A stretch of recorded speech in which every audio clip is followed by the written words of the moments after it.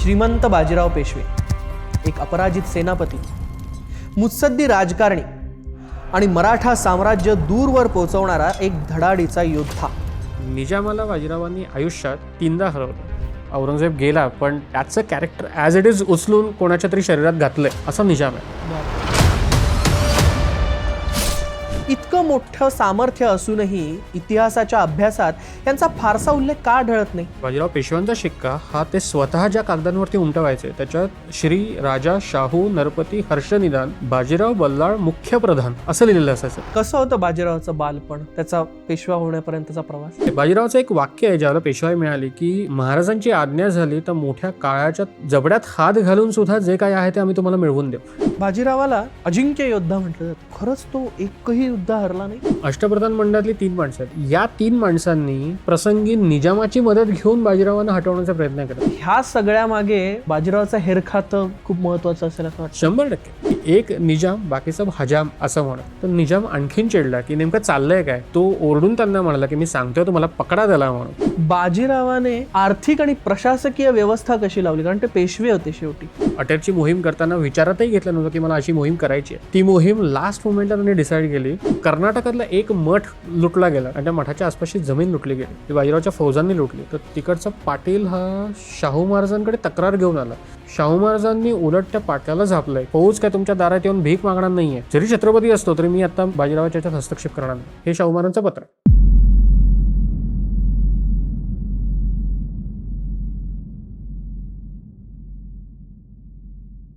नमस्कार मंडळी, मी अमोघ वैद्य आणि स्वागत करतो तुमचं वैचारिक किडाच्या ऐतिहासिक गप्पांमध्ये. आणि आज आपण गप्पांसाठी बोलवलं आहे इतिहास अभ्यासक कौस्तुभ कस्तुरे यांना, ज्यांचं शहामतपणा, बाजीराव, पेशवाई, धुरंधर ही सगळी पुस्तकं, ही अभ्यास पुस्तकं आतापर्यंत प्रकाशित झाली आहे. तर आज श्रीमंत बाजीराव पेशव्यांवर गप्पा मारूया.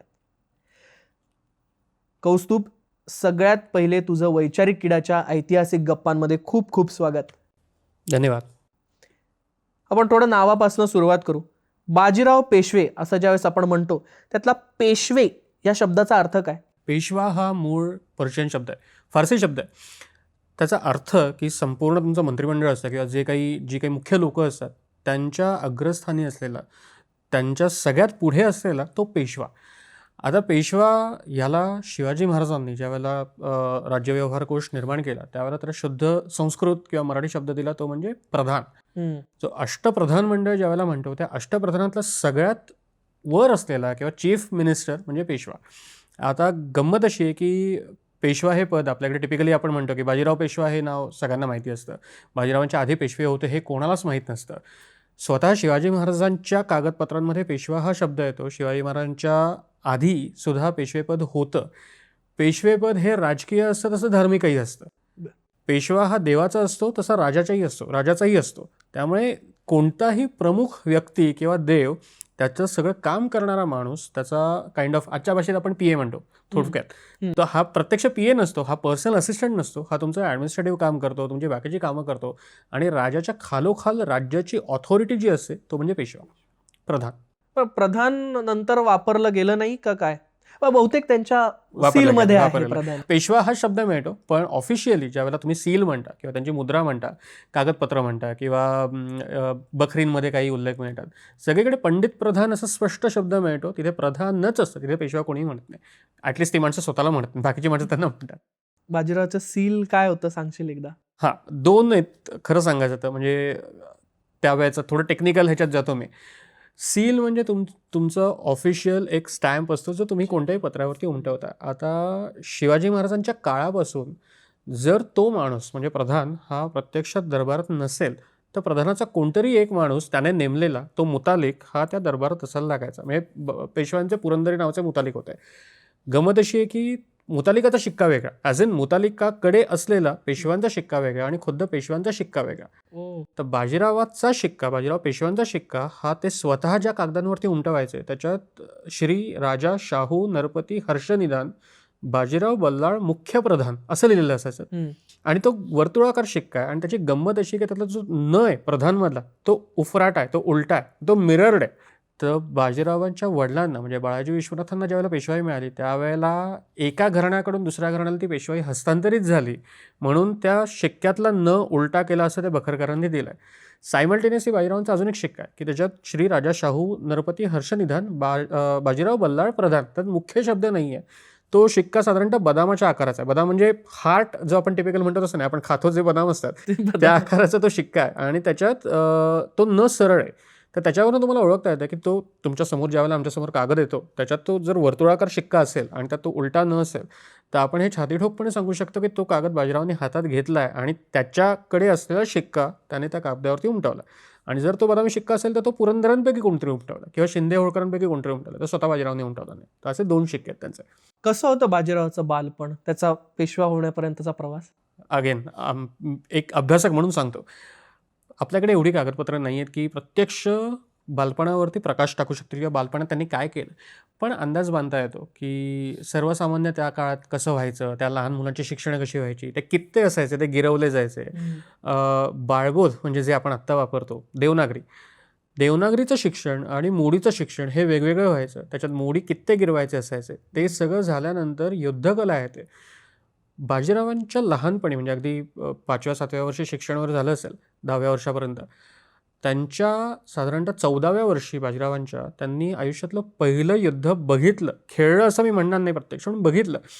पांडवकची लढाई झाली होती आणि धनाजी जाधवरावांचा मुलगा म्हणजे चंद्रसेन जाधव आणि बाजीरावांचे वडील बाळाजी विश्वनाथ त्यांचा काहीतरी एका हरणाच्या तंटा तो प्रकंटे होता, त्याच्यानं भांडण झालं आणि वाईच्या जवळ पांडवकडे आपला किल्ला वाईच्या मागच्या भागात तिथे ती लढाई झाली. प्रत्यक्ष बाळाजी विश्वनाथ तिथे पोचायचे होते आणि बाळाजी विश्वनाथांचं सैन्य हे पिलाजी जाधवराव वाघोलीचे आपले त्यांनी ते सगळं सैन्य हँडल केलं आणि त्यांच्याबरोबर 13-14 वर्षांचा हा मुलगा हा प्रत्यक्ष तिकडे आहे आणि त्यांनी ती लढाई बघितली.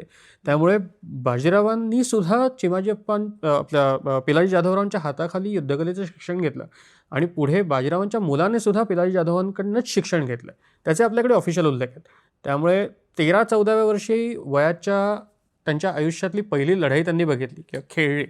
त्याच्या अगोदर शिक्षण झालं आणि तिथपासून पुढे म्हणजे 14व्या वर्षापासून पुढे वयाच्या 20व्या वर्षापर्यंत बाळाजी विश्वनाथांनी त्यांना सातारा दरबारात ठेवलं होतं. शाहू महाराजांच्या अगदीच जवळ की दरबारचं कामकाज कसं चालतं किंवा तुम्हाला जी बाहेरची माणसं भेटायला येतात किंवा दरबारी जी माणसं असतात ती कशी काम करतात. त्यातला दुसरा हेतू असा की बाळाजी विश्वनाथ गेल्यानंतर पुढचा ऑब्व्हियसली ऑफिशियली नसतं की वडील गेल्यानंतर त्याचीच गादी मुलाला मिळेल असं आपल्याकडे कुठेही लिहून ठेवलेलं नसतं, पण ते समजलं जातं की बाबा माझ्यानंतर हाच माझा उत्तराधिकारी असणार आहे. त्यामुळे बाळाजी विश्वनाथांनी बाजीरावाला वयाच्या 11-12व्या वर्षापासून ते 20व्या वर्षापर्यंत किंवा 18व्या वर्षापर्यंत सातारा दरबारात स्वतःचा मुतालिक म्हणून नेमलं होतं आणि मुतालिक म्हणून बाळाजी विश्वनाथांची सगळी कामं ही बाजीरावांनी करावीत. बाजीराव लहान असल्यामुळे हे जे पुरंदरे मंडळी मी म्हणालो त्यांच्यापैकी कोणतरी असायचं. त्यामुळे शिक्षण म्हणजे आपलं जे टिपिकल शिक्षण असतं अक्षर ओळख असते किंवा इतर गोष्टी असतात हे 5 ते 7 वर्ष 10 वर्षापर्यंत. त्यानंतर 14व्या वर्षी हा लढाईचा अनुभव आणि 11-12व्या वर्षापासून ते 18व्या वर्षापर्यंत प्रत्यक्ष दरबारात राहून दरबारी शिक्षण हे बाजीरावांना व्यवस्थित मिळालं होतं. म्हणजे आणि मग 20व्या वर्षी त्यांना पेशवेपद. 20व्या वर्षी पेशवेपद मिळालं, पण त्याच्या आधी पण एक गंमत झाली. म्हणजे 1718-1719ला मराठ्यांची एक मोठी मोहीम दिल्लीत झाली होती. मराठ्यांचं 50,000 म्हणजे त्यावेळेला सय्यद बंधू होते. सय्यद बंधूंपैकी हुसेन अली सय्यद जो दक्षिणेत होता बादशहाचा, त्याने बादशाविरुद्ध बंड केलं. बादशाह त्या गमती जमती खूप आहेत, त्याच्यात मी आता शिरत नाही, पण बादशाचा एक तोता या मराठ्यांनी बसवला. तो साताऱ्यातनं एक जो कोणी पोरगा असेल तो त्याचा चेहराही कोणाला आयुष्यात कधी दिसला नाही. त्याला हत्तीवरती बसवलं, त्याला सगळे लोक मुजरे वगैरे घालायचे. या सगळ्या लवाजमाबरोबर बाळाजी विश्वनाथ पेशवे स्वतः, खंडेराव दाभाडे सेनापती होते त्यावेळेला, आणि संताजी भोसले, राणोजी भोसले वगैरे ही सगळी लोक मराठ्यांचं काही सैन्य घेऊन दिल्लीत गेली होती. बाजीरावांचं वय यावेळेला 18 वर्षाचं आहे. म्हणजे 1700 सालचा त्यांचा जन्म आहे. 1718ची ही मोहीम सुरू झाली. 18व्या वर्षी बाजीरावांना सातारा दरबारातली जी मुतालकी होती ती काढली. ते ऑफिशियली शाहू महाराजांच्या रोजनिशीत नमूद केलं की ती मुतालकी काढली ती चिमाजी अप्पांना दिली. म्हणजे बाजीरावांचा धाकटा भाऊ जो 5 वर्षांनी लहान होता.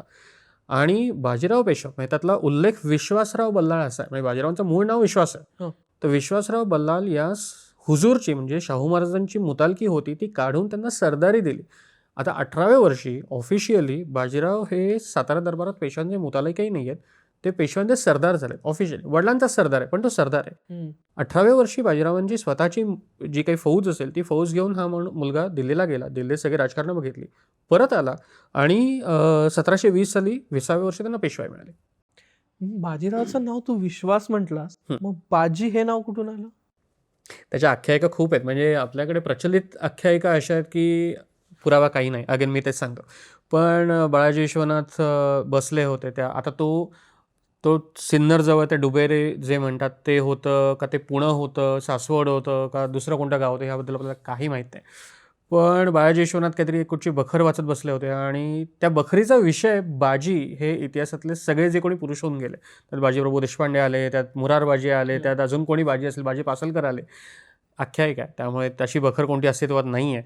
पण ती कुठची तरी बखर वाचत होते आणि त्याच वेळेला तो जन्म झाला मुलाचा. ते सोयीन धावत येऊन सांगायला लागले की असं असं आहे, अभिनंदन, तुम्हाला मुलगा झाला वगैरे. त्याच्यावरनं त्यांनी की बाबा मी हे वाचतो, ह्याच्यावरनंच मुलाचं नाव ठेवावं म्हणून ते बाजी नाव ठेवलं असं म्हटलं जातं. पुरावा काही नाही. बाजीरावाला आता पेशवाई मिळाली, आपण पेशवाईपर्यंत आलो. अजिंक्य योद्धा म्हटलं जातं. खरंच तो एकही युद्ध हरला नाही? खरंय, युद्ध हरला नाही हे तितकंच खरं आहे. पण ज्यावेळेला पालख्याची मोहीम ही 1727च्या ऑगस्टमध्ये सुरू झाली आणि 1728च्या फेब्रुवारीमध्ये संपली. 8 महिन्याचा कालखंड आहे. 1727च्या ऑगस्टमध्ये बाजीराव पुण्यातून निघाले. ते पुण्यातनं नाशिकच्या भागात गेले. नाशिक, येवला वगैरे करून परत खाली आले.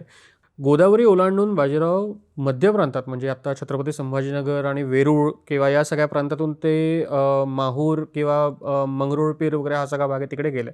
जालना वगैरे भागे तिकडे गेले. जालन्यातून ते परत नागपूरच्या भागातनं, नागपूरच्या पूर्वेकडनं ते बऱ्हाणपूरच्या दिशेने गेले. वरती म्हणजे वरती बरं. उत्तरेकडे बऱ्हाणपूरवरनं तापी नदीला बरोबर पॅरलल तापीच्या खालच्या भागातून ते गुजरातकडे पश्चिमेकडे यायला लागले. तिथून जळगावच्या पश्चिमेला चोपडा नावाचं एक गाव आहे. बरोबर. त्या चोपड्याच्या पश्चिमेला एक 10-15 मैलांवरती बाजीरावांनी तापी क्रॉस केली आणि तापी आणि नर्मदेच्या मध्ये उतरले.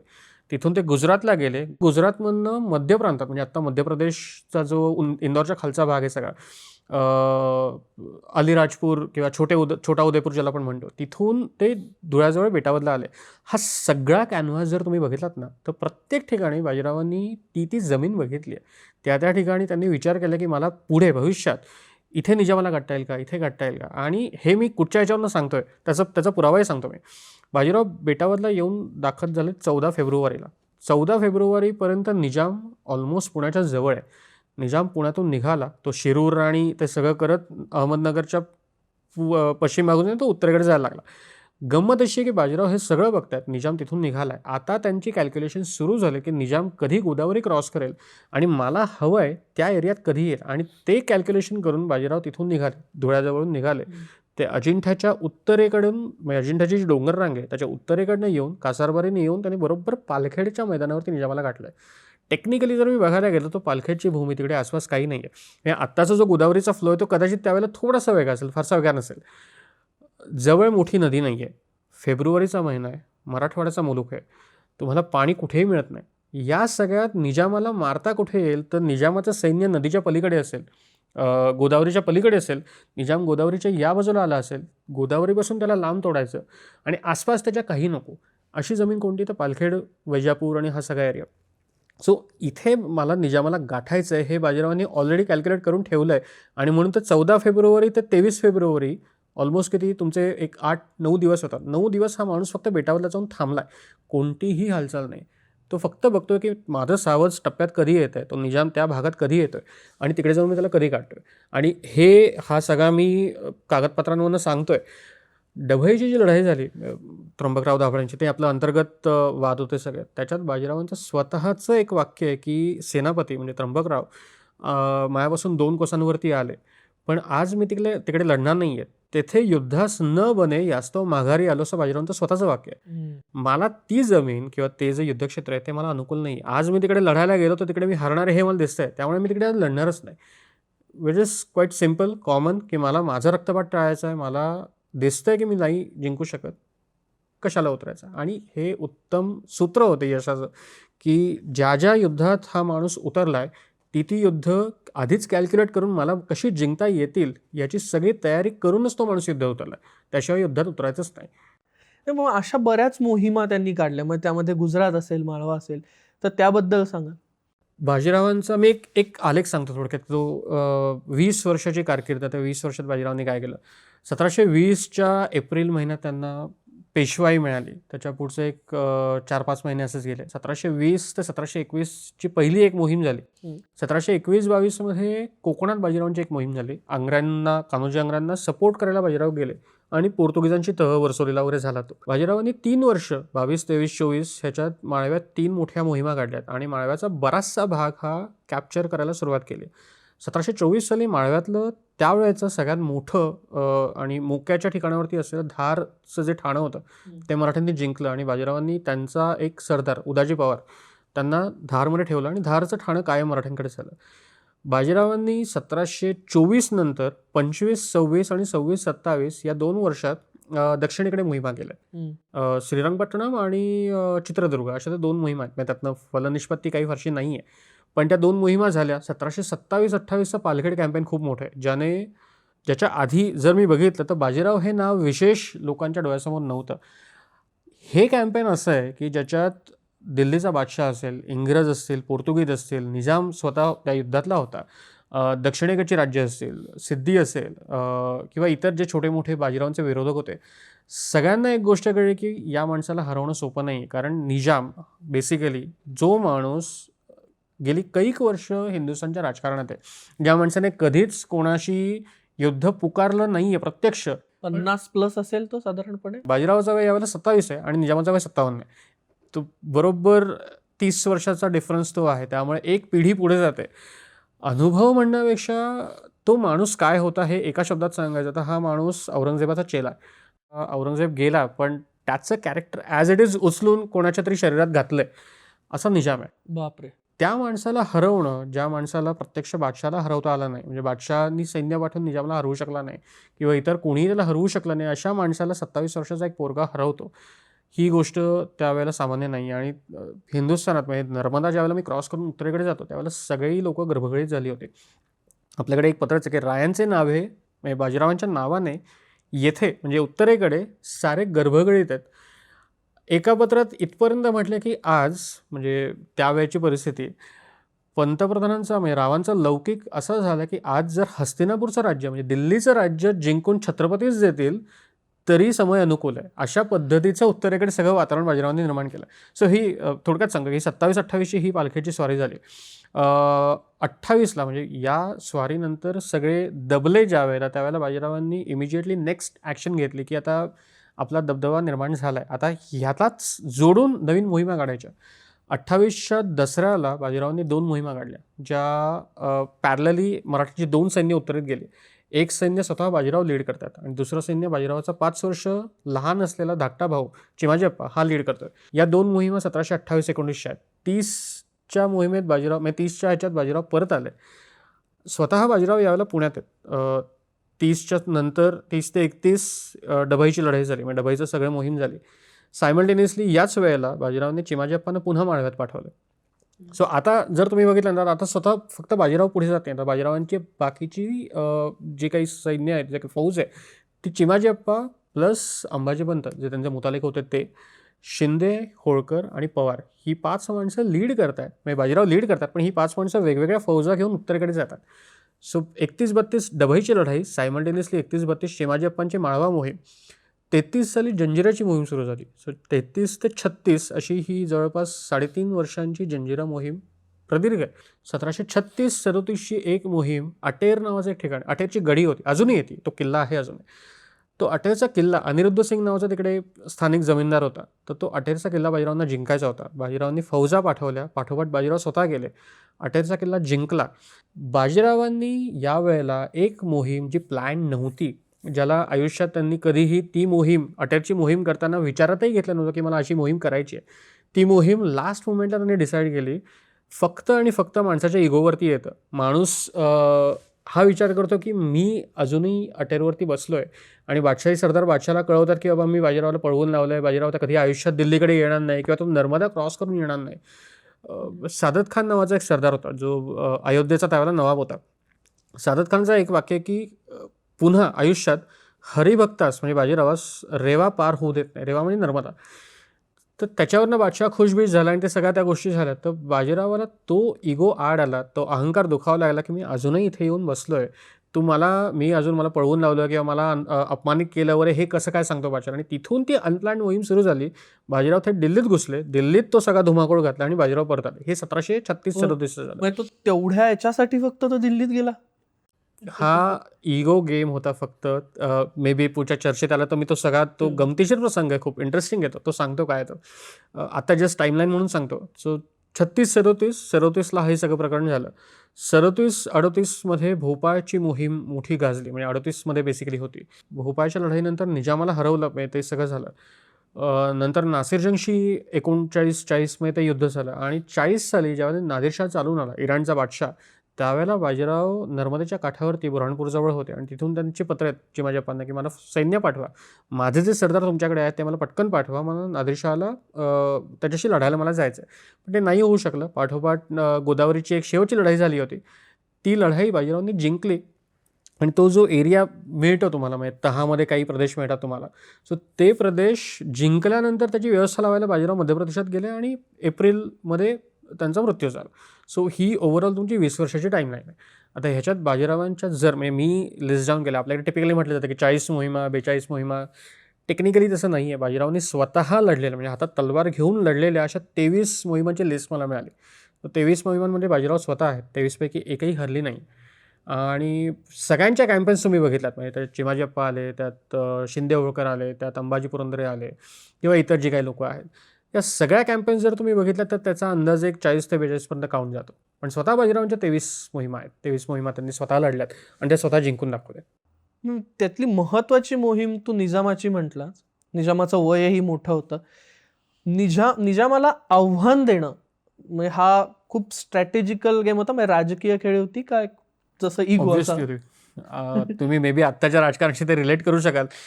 पण कसं असतं की राजकारणात एखादा माणूस नवखा येतो, त्याला सिद्ध करायचं असतं स्वतःला, की बाबा मी या पोझिशनवरती आहे. ती पोझिशन मला फक्त वडिलांकडला आली आहे किंवा मला ती परंपरागत चालत आली आहे आणि मी तिचा उपभोग घेतो, एवढंच नाही आहे. असतात अशी काही माणसं असतात जी आपल्याकडे अष्टप्रधान मंडळात सुद्धा अशी माणसं आहेत आणि त्यांनी स्वतः कबूल केलेलं आहे. म्हणजे प्रतिनिधी होते जे बाजीरावांचे विरोधक होते, त्यांचं स्वतः पत्रातलं वाक्य आहे की राजश्री प्रधानपंत फौज घेतात, फौजेचं वळण त्यांच्याकडे आणि ते मोहिमा करतात म्हणून त्यांना यश आहे.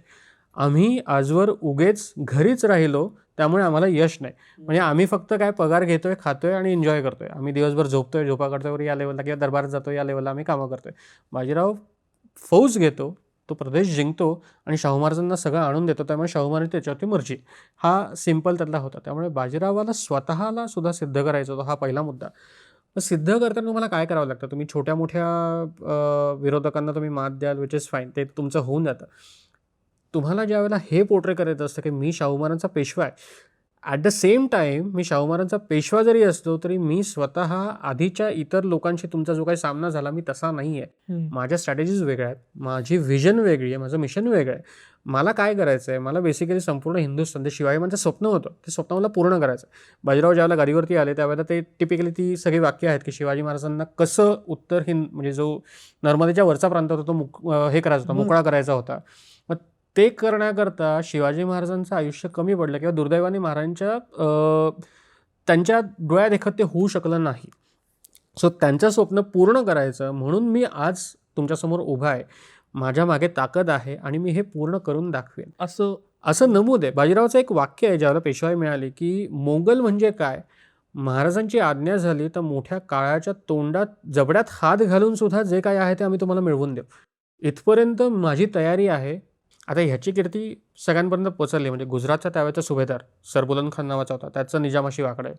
सवाई जयसिंगाशी निजामाचं वाकडं आहे. प्रत्यक्ष बादशाहच्या दरबारातली जी लोक आहेत त्याच्यात कमरुद्दीन खान नावाचा वजीर होता, खांडवरान नावाचा एक माणूस होता, सादत खान होता, यांच्याशी प्रत्येकाशी निजामाचं कुठे ना कुठेतरी वाकडं आहे. आणि सगळ्यात निजाम हा स्ट्रॉंग आहे, म्हणजे त्याला कोणी हरवू शकत नाही, कारण तो बादशाहकडनं शिकून आलेला आहे प्रत्यक्ष. अशा माणसाला ज्या वेळेला बाजीराव हरवतात त्यावेळेला एक स्ट्रेट अवे मेसेज जातो की बाबा मी या माणसाला हरवू शकतो, तुमचे काय हाल करेन. आणि हे बाजीरावांनी करून दाखवले. निजामाला बाजीरावांनी आयुष्यात 3दा हरवलं आहे. म्हणजे प्रत्यक्ष निजामाला 2दा हरवलं असं म्हणून चालू आपण. निजामाच्या मुलाला ज्यावेळेला हरवलं त्यावेळेला निजाम पण त्याच्या पाठीशी होता असं आपण एक धरून चालू. ही युद्धभूमीवरची झाली आणि निजामाशी बाजीरावांच्या 3 ते 4 भेटी झाल्यात समोरासमोर. प्रत्येक भेटीत बाजीरावांनी निजामाला कुठे ना कुठेतरी मात दिली. म्हणजे तह करून घेणं असेल किंवा बोलाचाली असतील. बखरकरांनी प्रसंग पण दिलेत, म्हणजे गमतीशीर प्रसंग आहे निजामाच्या भेटीचा. युद्ध फक्त युद्धभूमीवरती लढली जात नाही, ती शाब्दिक कोट्यांमध्ये सुद्धा लढली जातात. साल माहीत नाही आपल्याला कधी झाला, कारण तो बखरकरांचा प्रसंग आहे सगळा, पण तो खरा आहे, कारण त्या इतर कागदात त्याचा उल्लेख मिळतात. मे बी 1725चा प्रसंग असेल. आत्ताचं छत्रपती संभाजीनगर त्याच्याजवळ सातारा नावाचा भाग अजूनही आहे. म्हणजे सातारा म्हणजे आपलं राजधानी सातारा नाही. तर निजामाची पूर्वी राजधानी ही औरंगाबाद होती, म्हणजे आता संभाजीनगर. तो गोळकोंड्याला नंतर गेला. तर तिथे तो साताराचा जो प्रांत आहे तिथे निजामाचा एक वाडा होता. तिथे त्याने बाजीरावांना मेजवानीकरता बोलवलं. बाजीरावांनी हो म्हटलं. म्हणजे एक तर न जावं तर मी घाबरतो असं वाटतं, आणि जावं तर काय करावं.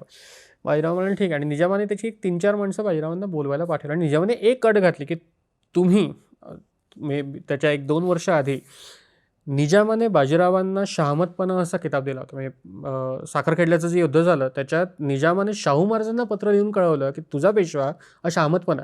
शहामतपणा म्हणजे शौर्य ज्याच्या अंगी पुरेपूर भरलंय किंवा तो प्रचंड शूर आहे असा.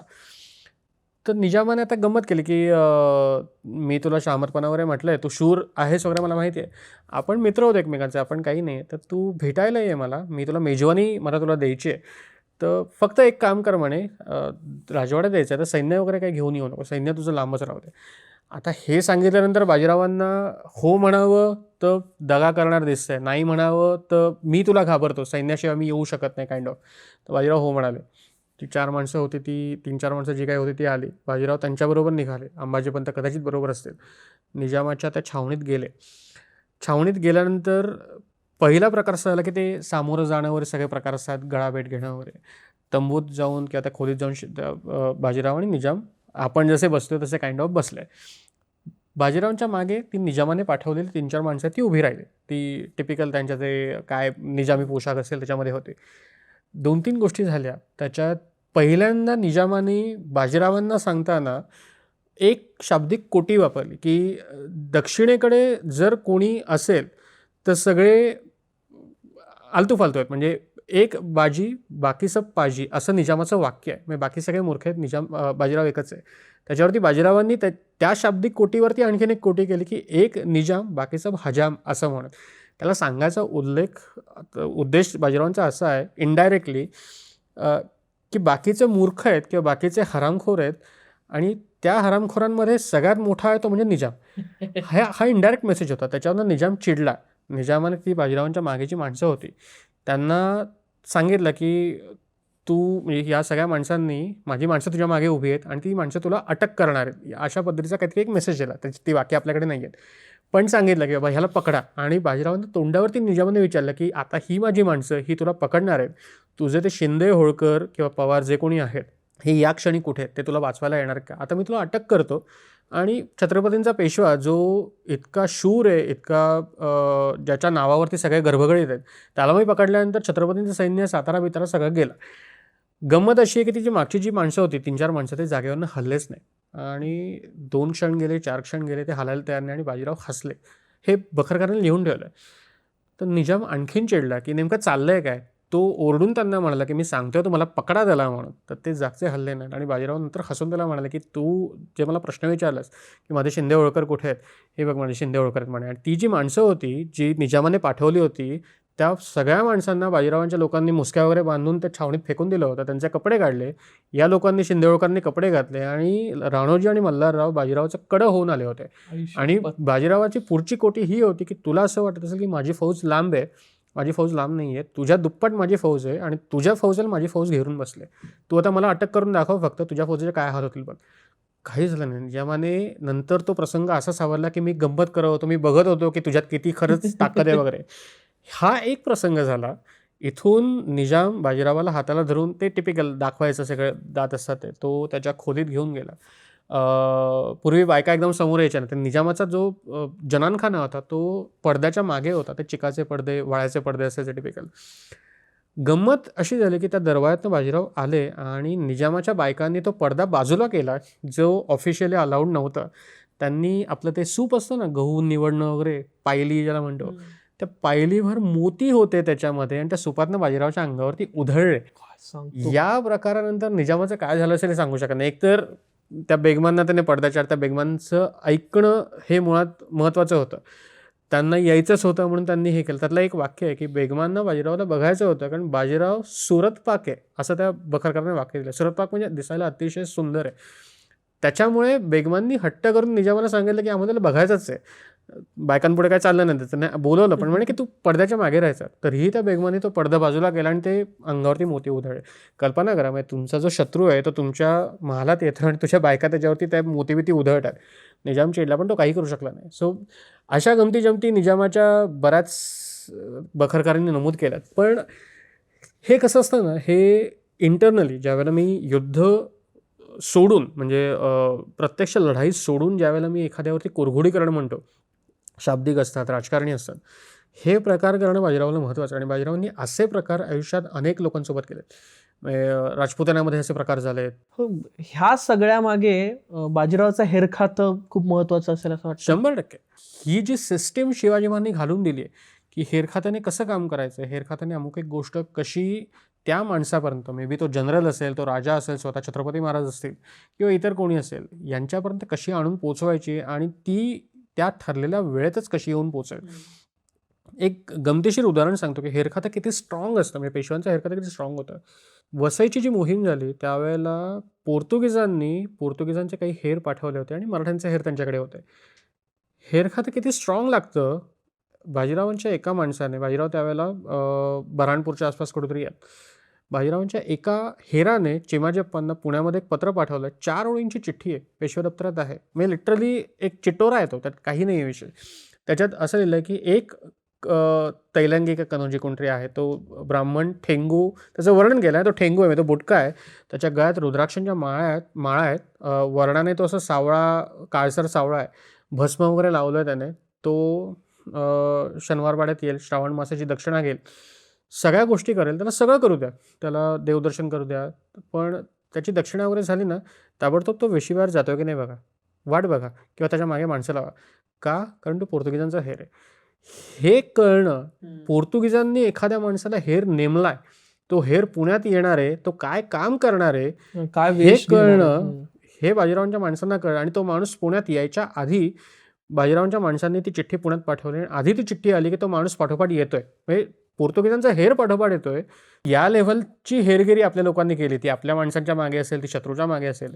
पण हेर कसा असावा याचं उत्तम उदाहरण जे बहिर्जी नायकांचे आपल्याकडे आहेत की हर हुन्नर करून तुम्हाला दत्तवान पोद्दारांनी एक कागद छापलाय मंडळाच्या त्रैमासिकात. त्यात हेरांना कुठच्या भाषा यायला पाहिजेत, 12 भाषांची नावं आहेत त्याच्यात. हेरांना या भाषा यायला पाहिजेत, हेरांना हे सगळे वेश करता आले पाहिजेत, हेरांना त्या भाषेनुसार तो लहेजा आणि ते बोलणं आलं पाहिजे, हेरांना कोणतंही काम बेमालूमपणे करता आलं पाहिजे, तो कुठेही तो असं चाचरून करता कामा नाही त्याला. तो या सगळ्या गोष्टींच्या टेस्ट्स व्हायच्या, ह्या सगळ्या गोष्टींनंतर हेरांची निवड व्हायची. हा उत्तर पेशवाईतला कागद आहे, पण ही प्रोसिजर सेम शिवाजीच्या काळापासून होती.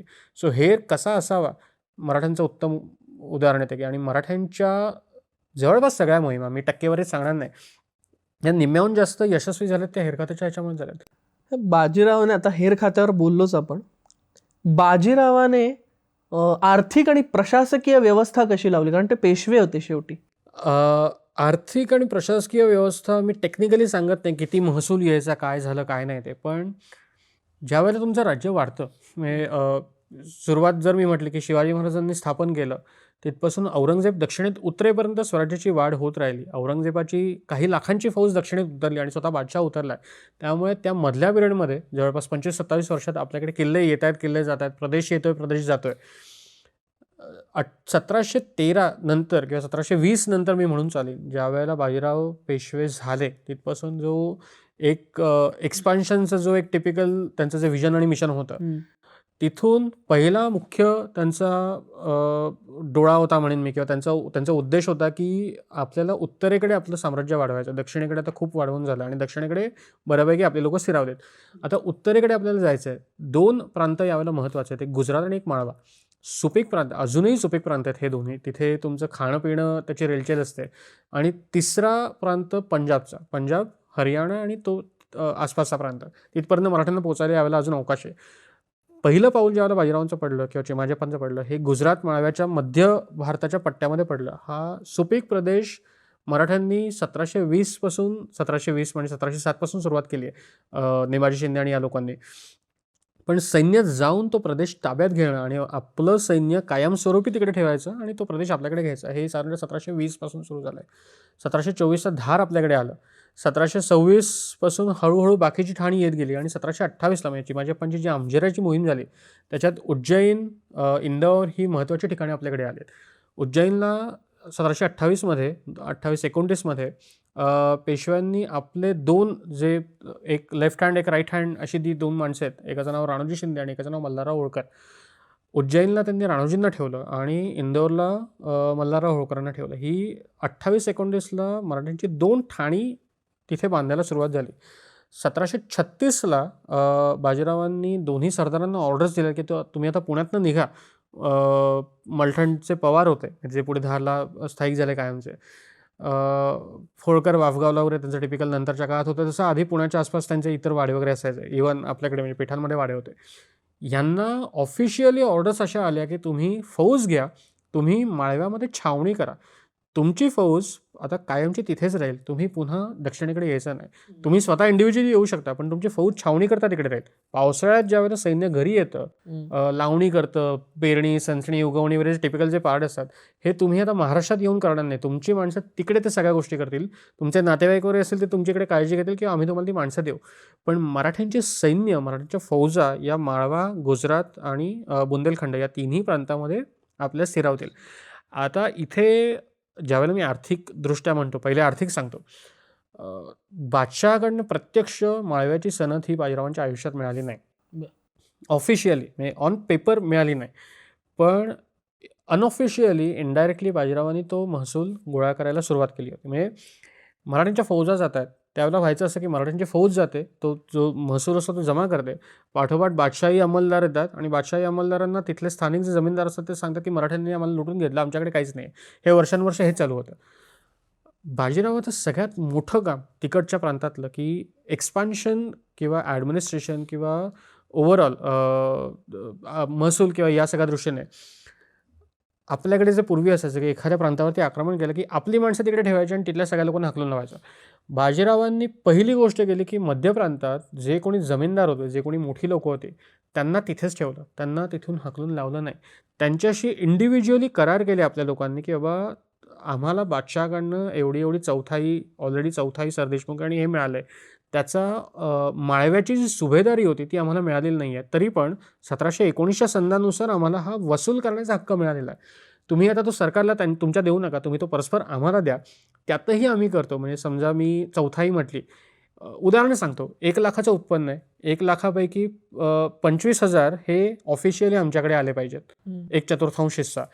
आता गंमत अशी आहे की तुम्ही स्थानिक जे कोणी जमीनदार आहेत, तुम्ही आम्हाला 25,000 देऊ नका, तुम्ही आम्हाला त्या 25,000 पैकी 20,000 द्या, उरलेले 5,000 तुम्ही तुमच्याकडे ठेवा, आमच्यातर्फे तुम्ही काम सांभाळा. ह्याच्या पलीकडे जाऊन आम्ही तुम्हाला अजून काही जे काही तनख्वाह असतो किंवा जो काही पगार असतो जो तुम्हाला ऑफिशियल लागत असेल तोही आम्ही तुम्हाला प्रोव्हाइड करतो. तुम्ही स्वतः तिथे राहा, कारण तुम्ही तिथले माहितगार आहात. वसूल जमा करायचा हक्क तुम्ही तुमच्याकडे ठेवा, तुम्ही तुमचं बाजूला काढा आणि त्याच्यातला उरलेला जो काही हिस्सा असेल तो आम्हाला परत द्या. ह्याच्यामुळे झालं असं की नंदलाल मंडलोईसारखी जी काही तिकडची स्थानिक जमीनदार लोकं होती, या सगळ्यांना त्यांचे हक्क अबाधित राहिले. त्यांची कुटुंब जी पिढ्यानपिढ्याची त्या प्रांतात स्थिरावली होती, त्यांना मायग्रेट व्हावं लागलं नाही. त्यांची शेती किंवा त्यांचं जे काही खाजगी उत्पन्न होतं ते तसंच चालू राहिलं. मराठ्यांनी काय सांगितलं की बाबा तुमचं उत्पन्न तुम्ही तसंच चालू ठेवा, आमच्याकडनं लागेल ते आम्ही ॲडिशनल तुम्हाला प्रोव्हाइड करतो, सैन्य किंवा इतर गोष्टी, पण महसूल आहे तो तुम्ही आमच्याकडे द्या. दोघांच्या दृष्टीने विन विन सिच्युएशन आहे. बाजीरावांच्या दृष्टीने की माझी माणसं तिथे राहणार आणि करणार, त्यापेक्षा आम्ही ते कॉन्ट्रॅक्ट बेसिसवरती करून घेतोय, हा पहिला मुद्दा झाला. समोरच्याकरता हे महत्त्वाचं असं आहे की आमच्या पिढ्यानपिढ्या इथे नांदल्यात, आम्हाला इथून जायची गरज येणार नाही आहे. उद्या मला कोणी सांगितलं की तू घर सोडून निघून जा, ते मला ज्या वेळेला जसं वाटेल तसं सेम त्यावेळेची गोष्ट येते. त्यामुळे त्या लोकांनीही आनंदाने त्याला होकार दिला की बाबा ठीक आहे, तुमचे जे काही टक्के असेल, आमचे टक्के आम्ही ठेवून घेतो, बाकीचं आम्ही तुम्हाला देऊन टाकतो. सो ह्याच्यामुळे महत्त्वाचा एक भाग असा आला की पुढच्या बाजीरावांच्या ज्या मोहिमा झाल्यात त्याच्यात या सगळ्या स्थानिक जमीनदारांचा उपयोग झाला. स्थानिक लोकांकडनं वाटा माहीत करून घेणं, हे जे हेरांना महत्त्वाचं लागतं, त्या सगळ्या गोष्टी या स्थानिक लोकांनी बाजीरावांना प्रोव्हाइड केल्यात. नर्मदेला उतार कोणते असतात, चंबळला उतार कोणते, उतार म्हणजे नदीचं पात्र उथळ असतं, शालो असतं, जिथनं तुमची घोडी किंवा माणसं ती नदी चालत क्रॉस करू शकतात. आणि पूर्वीच्या काळी हे उतार माहीत असणं ही सगळ्यात मोठी हे होती. पानिपत जर आपण बघितलं तर चंबळ क्रॉस करायला सदाशिवराव भाऊंना 1 महिना लागला. आणि ह्याचं कारण एकच की तिथल्या स्थानिक लोकांनी उतार कुठे ते दाखवायला नकार दिला. ते माहीतच नाहीत की उतार कुठे आहेत. सो बाजीरावांनी ही गोष्ट मोठी केली की तिथल्या लोकांना त्यांचे हक्क अबाधित ठेवले. तिथल्या लोकांच्या करवी सगळा वसूल गोळा केला. त्यातलं जे काही असेल ते थोडंफार त्यांना देऊन उरलेला त्यांनी स्वराज्यात दाखल केला. ह्याच्यामुळे राज्य स्थिर राहिलं. राज्याचा महसूल विनासायास येत गेला. उद्या तुम्ही असं म्हटलं असतं की बाजीरावांनी फौजा पाठवून तिथून तो वसूल करायचा. उगाच ते स्कर्मिशेस होतात, त्यांच्या जे काही स्थानिक शिलेदार असतात, जे बंडखोर असतात, ते शस्त्र घेऊन तुमच्यावरती धावून येतात. मग ते मारामाऱ्या होतात, नुकसान होतं, शेतांचं नुकसान होतं. तुमचा जो वसूल तुम्हाला मिळणार असतो तोही मिळत नाही, त्या लोकांना मिळणार असतो तोही मिळत नाही. हे सगळं टाळून बाजीरावांनी एक सोपा उपाय काढला, जो मगाशी म्हणतात असं की त्या लोकांना अधिकार द्यायचे, त्यांच्याकडनं करून घ्यायचं. खजिना वाढला, स्टेबिलिटी आली आणि सगळ्यात महत्त्वाचं जो लोकल सपोर्ट लागतो, जो कोणत्याही गोष्टीला महत्त्वाचा असतो, तो बाजीरावांना मिळाला. आणि मराठ्यांचं तुम्ही कम्पेअर करा, औरंगजेब 27 वर्ष महाराष्ट्रात आहे. त्यातली 2 वर्ष सोडून देऊ आपण, एक वर्ष विजापूर, 9 महिने विजापूर आणि 9 महिने गोळकोंडा. पण उरलेल्या 25 वर्षात औरंगजेबाला फक्त महाराष्ट्राचा हा प्रदेश जिंकता येत नाही. आणि पुढच्या काही वर्षात मराठे दरवर्षी औरंगजेबाचा नवीन नवीन प्रदेश जिंकत चालले. सो हे करताना जी मेंटॅलिटी लागते, औरंगजेब इकडे येऊन गावाच्या गावात जाळत सुटला. व्हेरॅज उलटं जर बघितलं तर मराठे तसं करत नाही. मराठ्यांच्या बाजूने जो काही अपप्रचार चालतो की उत्तरेत जाऊन त्यांनी जाळपोळ केली खूप वगैरे, टिपिकली असं काही नसतं. मराठे उत्तरेत जायचे बऱ्याच वेळेला, म्हणजे काही वेळेला हे होतं, गावाच्या गावात जाळली गेलेत, नाही असं नाही, शत्रुत्व असतं त्यावेळेला. पण नॉर्मली मराठे उत्तरेत गेले, त्यांना व्यवस्थित मक्ते दिलेत, त्यांना व्यवस्थित कॉन्ट्रॅक्ट्स केलेत आणि त्यांच्याकडे कामं करून घेतलेत. त्यामुळे महसूल प्रचंड वाढला आणि महसूल शेवटपर्यंत माळवा, बुंदेलखंड, गुजरात तिथून येत गेला. आणि जे काही राज्य चालवायला लागतं, सैन्याकरता खर्च लागतो, इतर गोष्टींकरता, सामाजिक तुमच्या सोयीसुविधा असतात त्याच्याकरता लागतं, तो मेजरली खर्च आपला माळवा, बुंदेलखंड आणि तिकडून येत होता, म्हणजे पैसा तिकडून येत होता. प्रशासकीय काही व्यवस्था वेगळ्या पद्धतीने लावली बाजीरावाने. प्रशासकीय व्यवस्था वेगळी म्हणताना मी वेगळी नाही म्हणणार, पण गंमत अशी होती की शिवाजी महाराजांनी जी व्यवस्था लावली ती सेम व्यवस्था बाजीरावांनी कंटिन्यू केली. कारण महाराजांची व्यवस्था इतकी चोख आहे, त्यात कुठेही तुम्हाला पॉईंट काढता येत नाही की बाबा इथे हे असं आहे.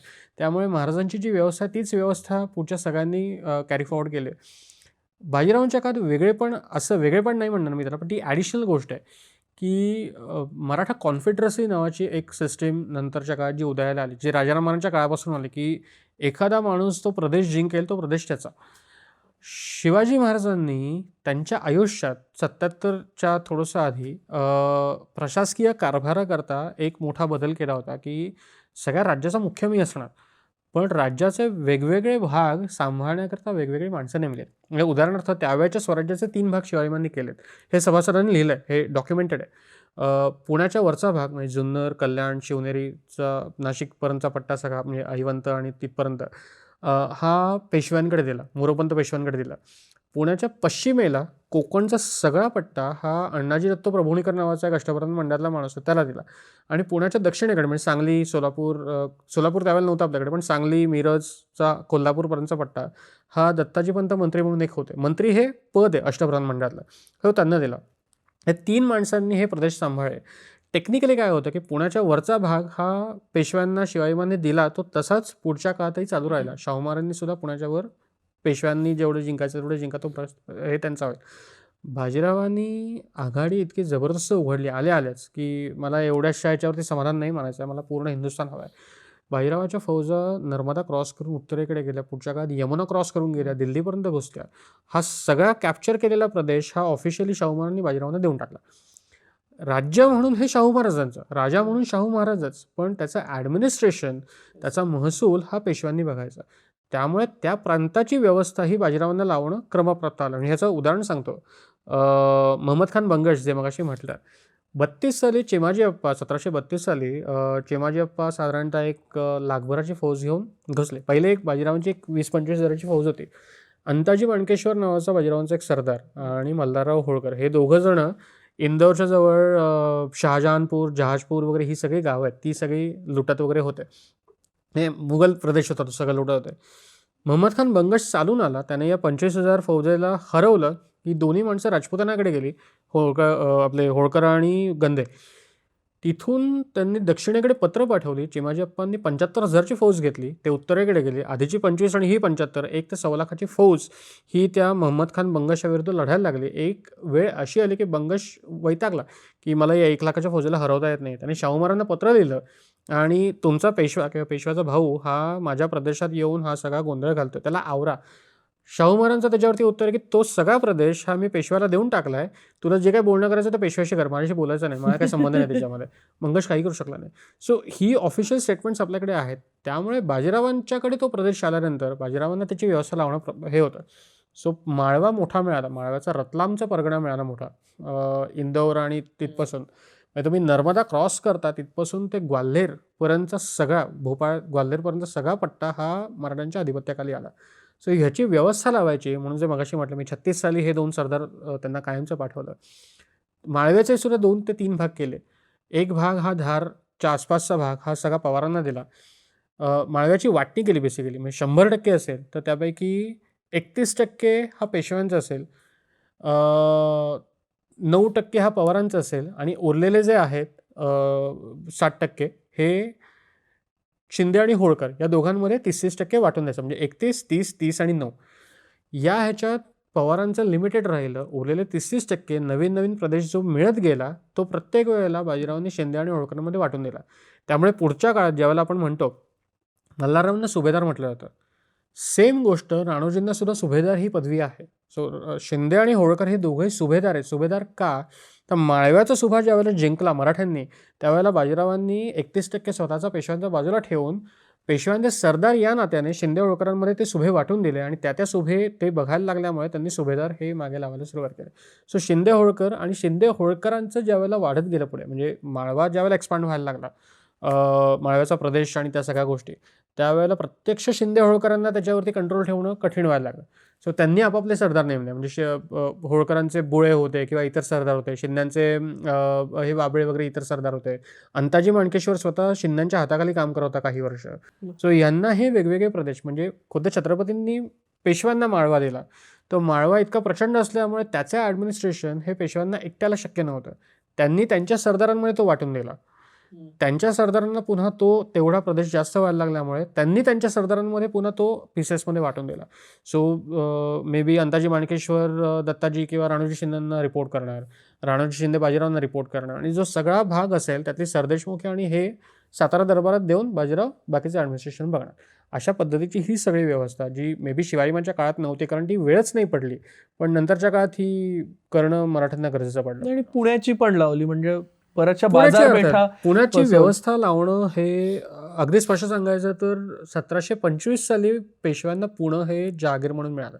1725 ते 1732 पर्यंत स्वतः पेशव्यांचा पुण्यात वाडा नाही आहे. 31 सालापर्यंत शनिवारवाडा बांधेपर्यंत 2-2.5 वर्ष गेली. म्हणजे 29 ते 31 शनिवारवाडा जवळपास बांधणं चालू आहे. 30-31चा सगळा भाग आहे, 31-32चा. स्वतः पेशवे यावेळेला धडफळ्यांच्या वाड्यात राहतात. धडफळे पुण्याचे हवालदार आहेत त्यावेळेचे. त्याच्या आधी पेशवे हे सासवडला राहायचे, नंतर ते सुपायला गेले, 2-3 वर्ष सुपायमध्ये होते. सुपायतनं मग ते पुण्यात आले. पुण्यात आल्यानंतर म्हणजे 25 नंतर बाजीरावांनी पुण्याचा हळूहळू विकास करायला सुरुवात केली. सगळ्यात पहिलं म्हणजे कसबा त्यावेळेला होताच.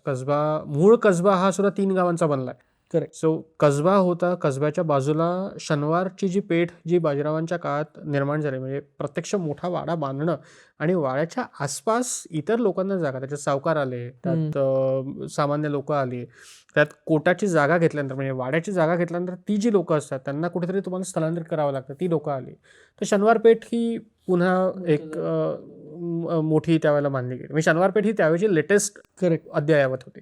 बाकी मुर्तजा आणि या सगळ्या आधीपासून होत्या, शेजारी होत्या. येस, मुहियाबाद वगैरे या टिपिकली औरंगजेबाने नामकरण केलं होतं सगळ्याचं. मागं शहापुरा, शास्तापुरा, म्हणजे त्याने थोडक्यात पेठा वसवला. हेही त्याची एक प्रशासकीय व्यवस्था, म्हणजे स्ट्रक्चर्ड जे काही तुमचं प्लॅनिंग असतं की बाबा आणखीन शहर बसवायचं आहे. सो तुम्ही खुर्द बुद्रुक वगैरे लेवल तर सोडूनच देऊ आपण, पण तुम्ही ज्यावेळेला कसबा लेवलला यायला त्यावेळेला कसबा पण थोडा अनस्ट्रक्चर्ड असतो. तुम्ही ज्यावेळेला शहर पुणे म्हणता, जे पुढे नानासाहेबांनी शहर पुणे वसवलं, त्याचा बेस हा बाजीरावाने घालून दिला, की त्या पेठा वसवणं, त्या पेठांमध्ये त्याच्या चतुःसीमा असायच्या. एखादी पेठ वसवताना त्याची पूर्वेला किती बॉर्डर असणार आहे, त्याची उत्तरेला किती बॉर्डर असणार आहे, ती कुठून ते कुठपर्यंत असणार आहे, त्याच्यातले बोळ किती रुंद हवे, त्याच्यात कुठे तलाव असेल तर त्याची रुंदी किती हवी, Correct. या सगळ्या गोष्टींची मोजमापं घेऊन, जे आजही टिपिकली चालतं, म्हणजे आपण रस्त्यावरती बघतो ते मेजरमेंट चालू असतात, हे त्यावेळेला मॅन्युअली सगळं केलं जायचं. आणि ह्याच्यावरनं या स्ट्रक्चर्ड, आज आपण पुण्यात फिरताना ते स्ट्रक्चर्ड वाटत नाही, म्हणजे ते खूप क्लटर्ड वाटतं की मला इथनं गाडीही नेता येत नाही आहे. पण तुम्ही 250 वर्षापूर्वी म्हणाल तर माणसांना चालायला आणि घोड्यांना जायला ते खूप व्यवस्थित. होतं, व्यवस्थित होतं ते. आपण प्रशासनाबद्दल बोलतोय, शेतकऱ्यांसाठी काही व्यवस्था केली होती? विशेष व्यवस्था बाजीरावांनी इम्प्लिमेंट ॲज इन त्यांनी इंट्रोड्यूस केली असं थेट मी सांगणं माझ्याकडे तेवढा पुरावा नाही आहे. पण जी शिवाजी महाराजांनी जे आदर्श घालून दिलेत किंवा जे शिवाजी महाराजांची जी सिस्टीम आहे, ती सेम सिस्टीम बाजीरावांच्या काळात दिसते. इनफॅक्ट जर मला पत्र मी ज्यावेळेला बघतो की महाराजांची पत्र आहेत आणि महाराजांची रयतेबद्दल किंवा शेतकऱ्यांबद्दल जी काही काळजी आहे किंवा ज्या काही गोष्टी आहेत, सेम गोष्टी मला बाजीरावांच्या दिसतात. म्हणजे 2 उदाहरणं सांगतो. एक उदाहरण आहे ते म्हणजे 1738 सालची एक मोहीम आहे. वऱ्हाडमध्ये, म्हणजे तुमचं अकोला, खामगाव आणि बुलढाण्याच्या पुढे एक बाजीरावांचा सरदार, त्याचं नाव होतं आवजी कवडे. दुसरा एक माणूस त्याला नंतर येऊन जॉईन झाला, त्याचं नाव अंताजी माणकेशी, जो मगाशी म्हटला तो. यांनी वऱ्हाडमध्ये एक्सपान्शन सुरू केलं आणि रघुजी भोसल्यांच्या फौजांशी यांचं थोडंफार कॉन्टॅक्ट्स व्हायला लागले. गंमत अशी झाली की अंताजी माणकेश्वर हा थोडा सेटल्ड आहे, म्हणजे त्याला कळतं की कुठे काय करायचं, काय नाही करायचं. व्हेरस आवजी कवडे नावाचा जो माणूस आहे, तो रियासत करून त्याचं वर्णन मस्त केलं की तो वादळ वारा जसा असतो, तो भोवरा जो तो येतो आणि सगळा पालापाचोळा उडवून निघून जातो. तो आवजी कवडे तसा होता. तो यायचा, तो फौज घेऊन यायचा, कापाकापी करायचा, मारामारी करायचा, ती शेताबितं जाळायचा आणि तो निघून जायचा. ती मागची जी काही सावरासावर असायची, हा अंताजी माणकेश्वरला करायला लागायची. त्याच्यावरनं अंताजीकडे तक्रारी आल्या आणि अंताजीने बाजीरावांना लिहून पाठवलं की असं आहे, आवजी बाबा तिकडे ते सगळ्या गोष्टी करतायत, फौज घेतात, ते आपल्याच लोकांच्या शेतात घुसतात, शेतं नासधूस करतात आणि निघून जातात. बाजीरावांचं ज्यावरती पत्र आहे ते अंताजीला लिहिलेलं पत्र आहे, पण त्याच्यात इनडायरेक्टली आवजीला कानपिचक्या दिल्यात की हे असलं मला चालणार नाही, रयतेची काळजी घ्या, रयतेच्या पिकांमध्ये हे सगळं करून मला चालणार नाही. आणि शिवाजी महाराजांचं 73 सालचं एक पत्र आहे, तुकोराम सुभेदाराला लिहिलेलं, की शेतकरी कसा काम करतो, कुणबी हा शब्द आहे त्याच्यामध्ये.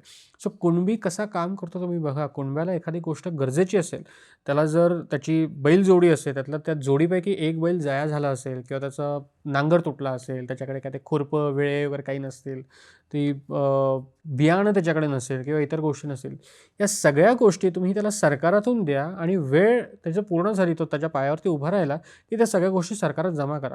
शिवाय माझा एक नियम इकडे महत्त्वाचा आहे की ती कुठची गोष्ट फुकट नाही दिली आहे. त्यांनी पत्रातलं वाक्य आहे की सगळं झाल्यानंतर व्याज सोडून द्या तुम्ही, पण एक वाक्य असं आहे की मुद्दल उसने हळूच घेणे. म्हणजे कॅपिटल अमाऊंट जी तुम्ही दिलेली आहे, ती कॅपिटल अमाऊंट तुमची सरकारात त्याचं कलेक्शन व्हायला हवं.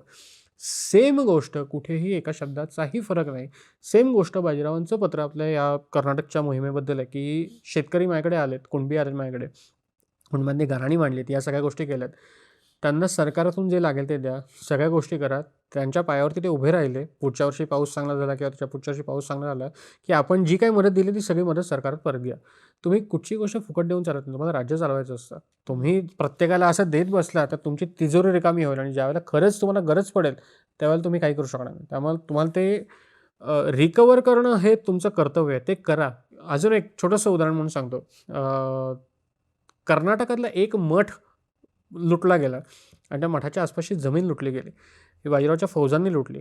तर तिकडचा पाटील हा शाहू महाराजांकडे तक्रार घेऊन आला की तुमचा पेशवा दक्षिणेकडे जातोय श्रीरंगपट्टणमला आणि तो माझ्या मठाजवळ गेला, त्याने मठ लुटला, मठातली चीजवस्तू नेली आणि शेतबीत जाळलं. प्रत्यक्ष बाजीरावांनी नव्हतं जाळलं, त्या आसपासच्या लोकांनी, ते टिपिकल जे बारगे लोक असतात त्यांनी केलं असेल. शाहू महाराजांनी उलट त्या पाटलाला झापलंय की तुझं कर्तव्य होतं की बाजीराव तिथून जातोय, तू पहिल्यांदा सामोरा येऊन बाजीरावला सांगायला होतंस की हा आपला मठ आहे, ह्याला तुम्ही तोशीस देऊ नका, ह्याला आमच्याकडे ऑलरेडी वर्षासन चालू आहे किंवा हे सगळं चालू आहे, तुम्हाला जे काही लागेल, तुमच्या सैन्याला जे काही लागेल ते आम्ही तुम्हाला आणून देतो. बाजीरावाने ते तुमच्याकडनं विकत घेतलं असतं. तुझं कर्तव्य तू पार पाडलं नाहीस. फौज काय तुमच्या दारात येऊन भीक मागणार नाहीये. फौजेला आत्ता भूक लागली, फौज जाऊन कणसं तोडणार, खाणार. त्याच्यात तुम्ही काही करू शकत नाही. तुझं कर्तव्य तू पार पाडलं नाही, आता गारणा घेऊन माझ्याकडे यायचं नाही. बाजीरावाने काहीतरी व्यवस्थित केलं. मोहीम संपल्यानंतर तू त्याच्याकडे गारणा घेऊन जा, तो तुला नुकसान भरपाई असेल ते देऊन टाकेल. पण आत्ता मी जरी छत्रपती असतो तरी मी आता बाजीरावाच्या याच्यात हस्तक्षेप करणार नाही, हे शाहू महाराजांचं पत्र आहे. सो अशा गोष्टी झाल्यात. पण या खूप तुरळक गोष्टी आहेत, म्हणजे अशा गोष्टी रोज व्हायच्या नाहीत. सो रयतेची काळजी ती प्रत्येक बाबतीत घेतली गेली. अगदी 1% असतं की जिकडे तुमचं कंट्रोल नाही राहत, जिथे सैन्य मे बी 4 लोकांचं टाळकं असतं, ते ते जातं तिकडे, ते कणसं तोडतं किंवा काय करतं, ह्याला तुम्ही नाही कंट्रोल करू शकत. ज्यावेळेला तुमच्याकडे 1-1 लाखाची फौज असते, त्यावेळेला 100 लोकं काय करतात ह्याच्यावरती तुम्ही नाही कंट्रोल करू शकत. ह्या काळामध्ये काही अंतर्गत कलह पण झाले असतील, त्याच्यावर त्यांनी कसा तोडगा काढला? अंतर्गत कलह खूप झाले, म्हणजे अगदी बॅकग्राऊंड थोडी सांगतो 1 मिनिटात आणि पुढच्या मिनिटात कव्हर करतो. मुळात बाजीरावांना पेशवाई देऊ नये इथपर्यंत होतं, आणि बाजीरावांनाच नाही तर बाजीरावांच्या वडिलांना पेशवाई मिळाली. हा थोडा जातीकडे जाणारा अँगल असतो किंवा थोडा सामाजिक अँगल असतो, हे वेगवेगळे अँगल आहेत. पण यांना पेशवाई देऊ नये इथपासून ही सुरुवात झाली, आणि नंतर पेशवाई दिली. आता काय करायचं, तर ह्याला पेशवाई पदावरनं कसं खाली खेचायचं. अष्टप्रधान मंडळातली 3 माणसं आहेत, एक प्रतिनिधी आहेत, एक सुमंत आहेत आणि एक मंत्री आहेत. या 3 माणसांनी शाहू महाराजांचे कान भरण्याचा प्रयत्न केला. महाराजांनी त्याच्यावरती कधी विश्वास ठेवला नाही, कारण महाराजांचा बाजीरावांवरती चांगला विश्वास आहे.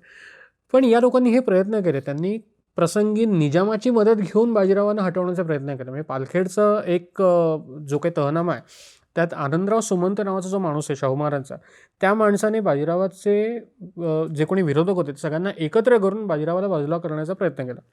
सो बाजीरावांनी तहनाम्यात कलम घातलं की आनंदराव सुमंतला तुम्ही हैदराबादमध्ये ठेवायचा नाही, गोळकोंडीत ठेवायचा नाही, तर तो परत पाठवा इकडे. सो हा एक मुद्दा झाला.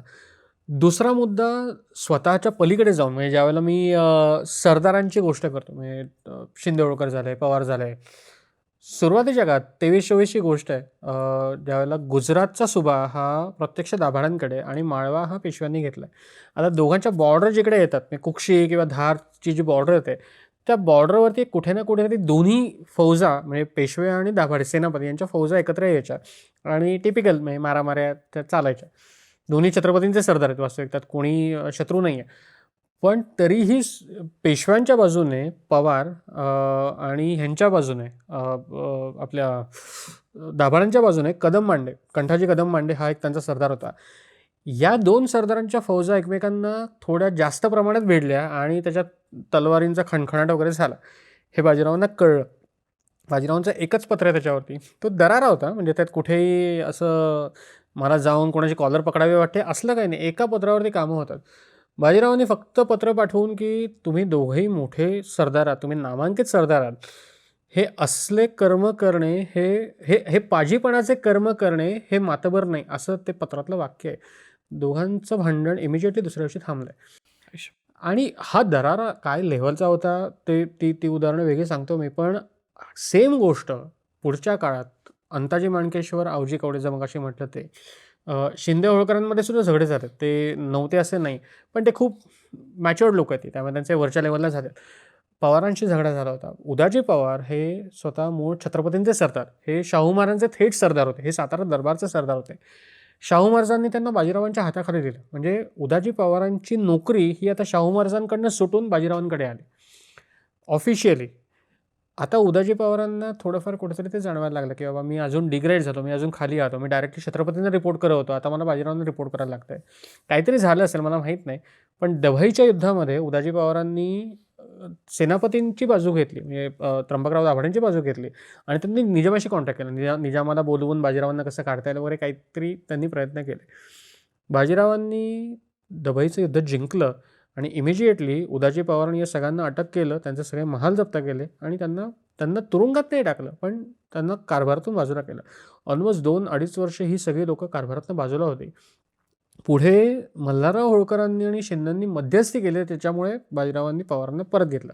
आता गंमत अशी आहे की हे सगळं घेताना सुद्धा अंतर्गत त्यांचे चालू होतं की तो जो मगाशी म्हटलं मी, माळव्याचा जो वाटा होता तो 31%, 30%, 30% आणि 9% अशी त्याची विभागणी होती. त्याच्यात या 3 सरदारांमध्ये कुठेतरी थोडेफार एकमेकांचे खटके उडतात की आम्हाला जास्त हवा, आमचा हा एवढा प्रांत आहे, एवढाच व्हायला हवं आहे, किंवा मला जो महसूल मिळतो तो माझ्याकडनं तुमच्याकडनं आम्हाला कमी मिळतो, किंवा महसूल कमी येतोय, मला सरकारला जास्त द्यावं लागतं आहे, अनेक गोष्टी असायच्या. सो बाजीरावांनी प्रत्येक वेळेला प्रत्येकाची मतं जाणून घेऊन त्या पद्धतीने ती कामं केली. त्यामुळे वाद वाढले तरी ते एका सर्टन लिमिटच्या वरती जायचे नाहीत. आणि तो जो दरारा म्हटलं मी मगाशी, अगेन हे 2 सरदारांमधली भांडणं सांगत नाही, पण बाजीरावाचा दरारा काय असतो ते एका पत्रावरनं सांगतो. सुभानजी शिंदे नावाचा एक माणूस होता, जो अंजनवेलचा त्यावेळेचा किल्लेदार होता. किल्लेदार नव्हता, पण त्याला तो नामजाद होता तिकडचा. यावेळेला वास्तविक सिद्धीशी करार झाला, तह झाला आहे आणि आंग्रे आणि पेशवे या दोघांनी समसम प्रमाणात सिद्धीच्या मुलखातून वसूल घ्यायचा असा दोघांचा करार झाला.